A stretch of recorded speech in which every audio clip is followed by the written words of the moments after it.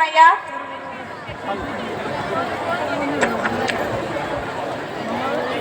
Water తీసుకోండి అత్తయ్య. మామయ్య అవునమ్మా, ఇంతకు పిల్లలేరి ఇప్పుడే ట్యూషన్ వెళ్ళారమ్మా, టైం అయింది, వస్తుంటారు. నాన్న నాకు ఆఫీస్ లో కొంచెం పని ఉంది, వెళ్ళొస్తాను. చెప్పులు ఓయ్ తమ్ముడు, చెప్పులు తీరా, చెప్పులు తీసు. ఎట్లా కూర్చుంటా అట్లా తొక్కితే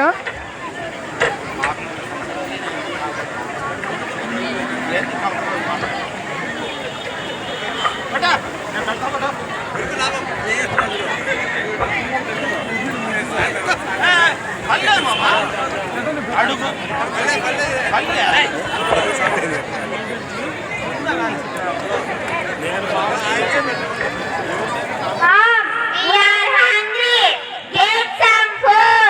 అరే పిల్లలు, రండి రండి రండి.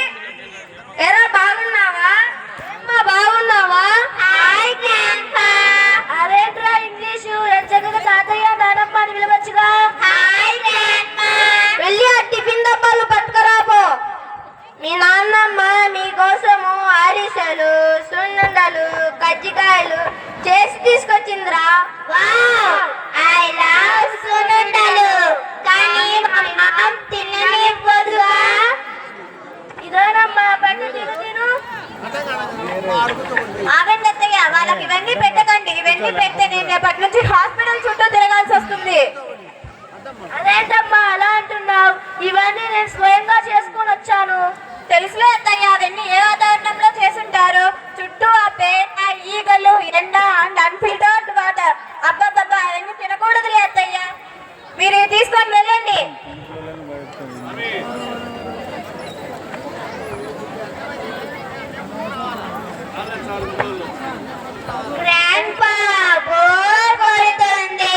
ఎందుకురా సెల్లులు పట్టుకున్నారు? నా దగ్గరకు రండి, మంచి మంచి కథలు పద్యాలు చెప్తాను.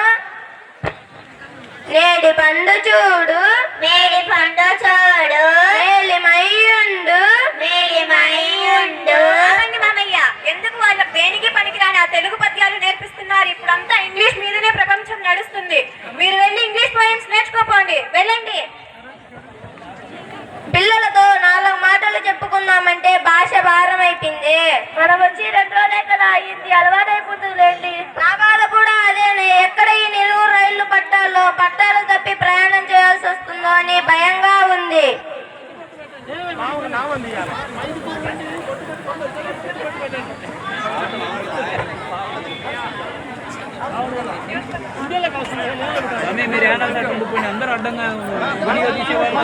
హలో హలో విష్ణు గారు, సరే అండి, తప్పైపోయింది. అలాగా ఇంకోసారి అలా జరగదు. సరే అండి.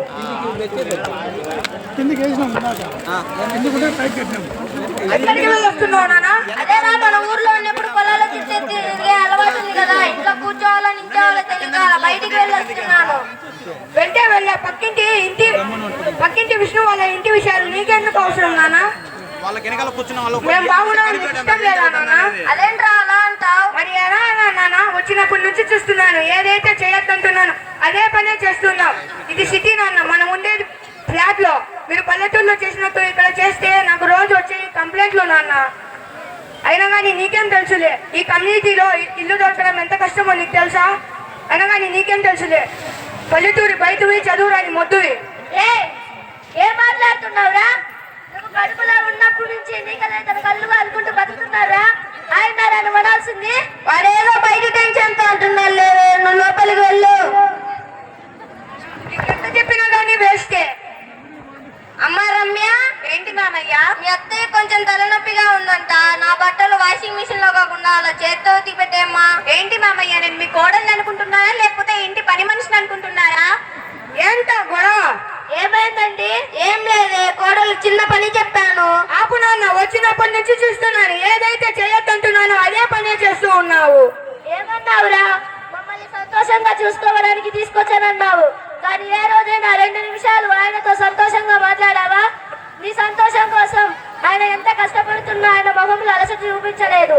నీ చదువు కోసం నా కొడుకు బాగుంటే చాలనుకోని ఒక్క పూట వదిలి పస్తులున్నారా ఆయన్నారా నువ్వు మాట్లాల్సింది? నన్ను క్షమించండి నాన్న.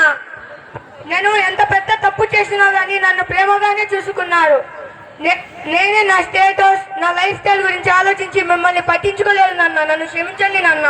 లేరా, నన్ను క్షమించండి మామయ్య.